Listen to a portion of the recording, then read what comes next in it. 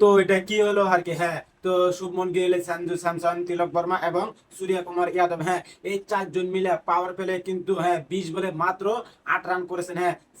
এটা কি খেলা হলো আর কি, হ্যাঁ। তো এইফালে অভিষেক শর্মা, হ্যাঁ, পাওয়ার প্লেতে কিন্তু মানে একাই কিন্তু 11 বলে 29 রান করেছিলেন, হ্যাঁ। এমনি কি মানে অভিষেক শর্মা আর কি নাম্বার 1 টি-20 ব্যাটসম্যান হতে পেরেছে, হ্যাঁ। তো এটা আমরা কি খেলা দেখলাম আর কি, এর মতো জঘন্য খেলা আর কি, হ্যাঁ, আমরা কখনো দেখিনি আর কি, হ্যাঁ। তো সবগুলো মানে ব্যাটসম্যান এত মানে ঘাটিয়া খেলা খেলাবো আর কি আমরা কোনোদিনও ভাবতে পারিনি আর কি, হ্যাঁ। এর সাথে কিন্তু হার্ষিত রানাই কিন্তু ভালো খেলেছে আর কি, হ্যাঁ, ভালো একটা ব্যাটিং করেছে, কিন্তু অভিষেক শর্মার সাথে কিন্তু ভালো একটা পার্টনারশিপ গড়ে তুলেছিল, কিন্তু মানে অত একটা মানে রান করতে পারে না, হ্যাঁ। পার্টনারশিপটা কিন্তু অত একটা লম্বা যাইতে পারে না, হ্যাঁ। মানে হার্ষিত রানা কিন্তু ক্যাচ উইকেট যায় আর কি, হ্যাঁ। তো এটা কি খেলা খেলালো আর কি, হ্যাঁ। মানে হার্ষিত রানাকে মানে যতই আর কি গালাগালি করুক আর কি, হ্যাঁ।